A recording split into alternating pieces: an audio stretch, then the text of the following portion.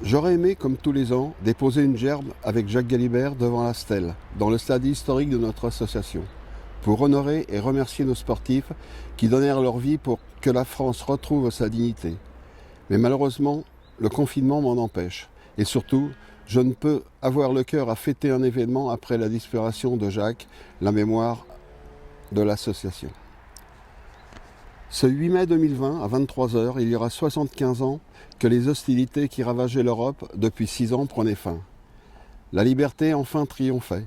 Tous les peuples belligérants, toutes les communautés persécutées poussèrent un cri de soulagement, même s'ils savaient que l'avenir allait être très difficile.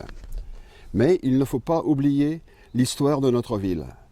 Dans 3 mois et 16 jours, il y aura 76 ans que le colonel Paul Langlade, retardé par une escarmouche nazie dans la forêt de Meudon, lors de sa progression pour sécuriser le pont de Sèvres, décida d'envoyer des hommes contourner le site de l'embuscade pour, dans un premier temps, libérer notre ville. La brigade pénétra dans Meudon le 24 août 1944. Si à partir de cette date, Meudon puis Paris étaient enfin libres, une partie de la France subissait toujours le joug de l'occupation. Des Meudonnais, et parmi eux de membres de notre association, rejoignirent les forces de libération pour qu'enfin le 8 mai 1945, toutes les cloches de France carillonnent pour annoncer la fin des hostilités en Europe. Il faut que la jeunesse d'aujourd'hui se souvienne de cette génération meurtrie qui donna son sang pour laver l'affront de cette occupation infâme.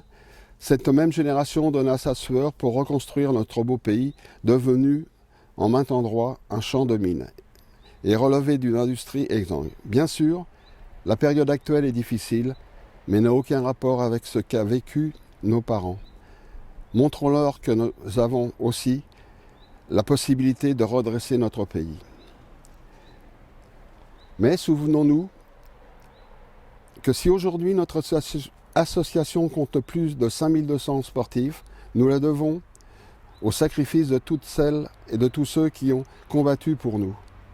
Souvenons-nous de leur refus du fatalisme et de la soumission, de leur foi et la liberté de leur idéal fraternel, et honorons les membres de l'association sportive Meudonnais morts pour la France. Souvenons-nous, le 6 juin 1940, René Scherer est mortellement blessé à Sedan. Le 16 juin 1940, Henri Brault est tué à Noyers et cité à l'ordre du régiment. Le 17 juin 1940, Raymond Serre est tué à Lunéville. Jean Delfaux, en septembre 1940, décède au camp de concentration. Le 8 juin 1941, Félix Ravilly, pilote de chasse, trouve la mort dans le ciel syrien à Damas. Le 21 février 1942, Émile Lino, cycliste, prisonnier militaire, décède lors de sa captivité. Le 21 janvier 1945, Claude Dalsem, fils de M. Henri Dalsem, plusieurs fois maire de notre ville, trouve la mort après de nombreux actes héroïques.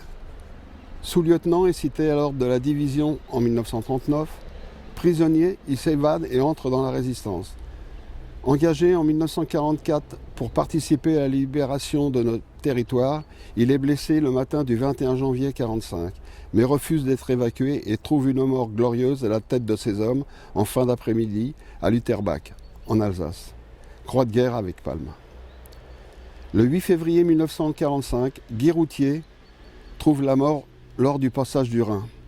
Résistant FFI, engagé volontaire dans la division Leclerc, il chasse l'occupant jusqu'à nos frontières. Croix de guerre avec titre posthume. En ce jour de commémoration, pensons aussi à nos sportifs tués dans les guerres d'Indochine et d'Algérie.